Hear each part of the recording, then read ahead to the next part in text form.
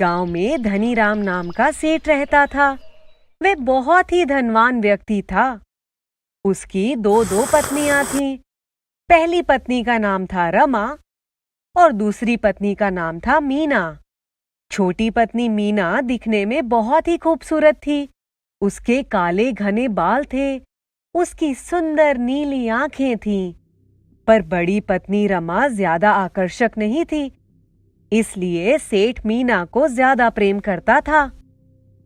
रमा दिल की साफ और शालीन औरत थी। वह घर के सारे काम करती थी, लेकिन मीना पूरे दिन भर शीशे के आगे बैठी रहती और सचती रहती। एक दिन धनीराम ने अपनी छोटी पत्नी मीना को आवाज देते हुए कहा, मीना, ओ मीना, जरा यहाँ आना।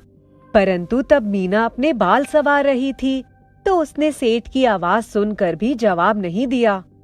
जब मीना नहीं गई तो रमा सेठ के पास गई, तो सेठ ने उसे देखते ही कहा, मैंने मीना को बुलाया है, तुम क्यों आई हो यहाँ?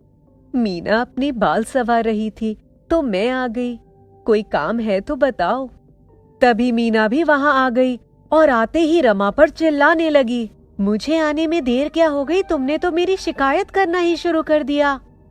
नहीं नहीं, मैं तुम्हारी शिकायत नहीं कर रही थी। मैं तो बस हाँ, वो सब मुझे पता है। चापलूस कहीं की। हाँ। उन दोनों में झगड़ा बढ़ता देख धनीराम ने रमा से कहा, अरे रमा, तुम ही रहने दो।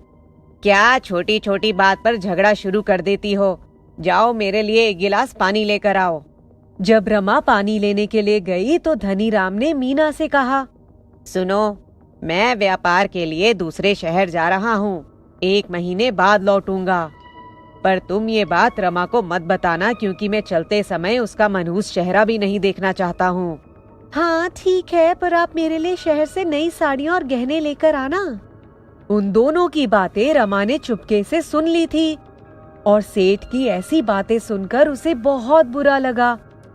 पर फिर भी उसने भगवान से कहा, हे भगवान, मुझे कुछ नहीं चाहिए, बस मेरे पति की रक्षा करना।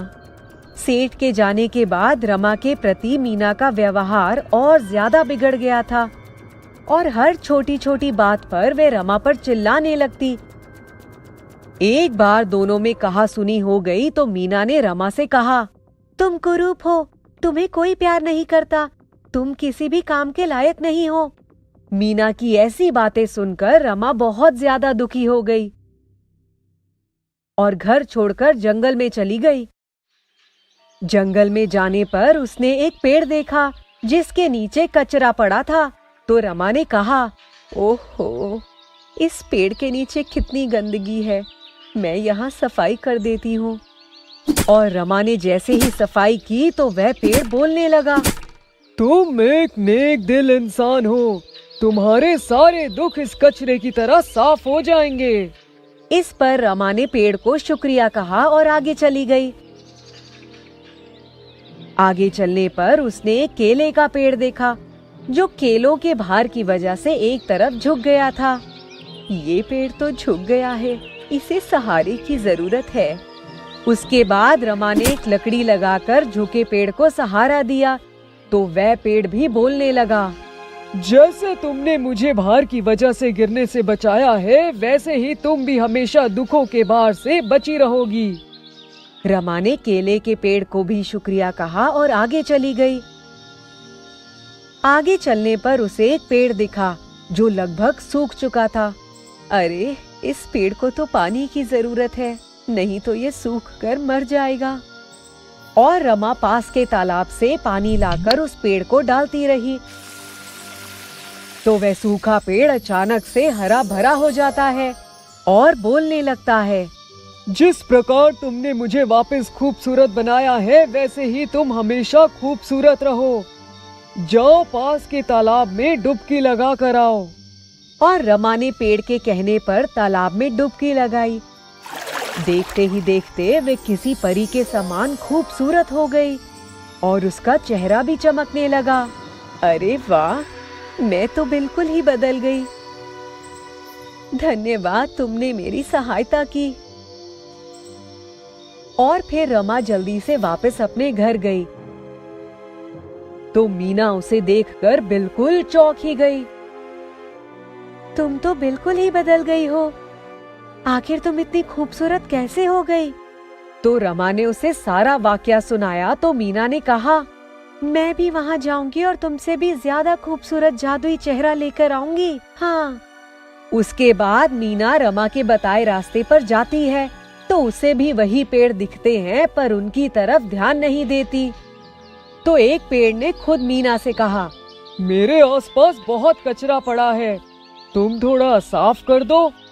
तो इस पर मीना ने कहा, मैं यहाँ कोई सफाई करने नहीं आई हूँ। तुम बस मुझे उस तालाब का पता बता दो जो जादुई चेहरा देता है। और इस तरह मीना सभी पेड़ों को उनके काम के लिए मना करती गई और तालाब का पता पूछती गई। और फिर अंत में वह तालाब तक पहुंच ही जाती है। तो वह झट से उसमें डुबकी लगाती है। तो वह खूबसूरत होने की बजाय कुरूप हो जाती है।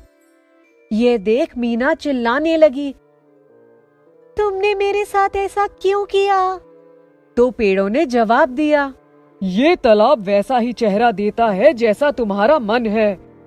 तुम एक बुरे और घमंडी मन की इंसान हो। तुमने हमेशा अपने रूप पर घमंड किया है और रमा के साथ बुरा बर्ताव किया है, इसलिए तुम्हें ये मिला क्योंकि तुम इसी की हकदार हो। इनके बाद मीना अपने किए पर बहुत दुखी हुई। परंतु रमा सेठ के पास रहती और मीना अपने किए पर रोती रहती।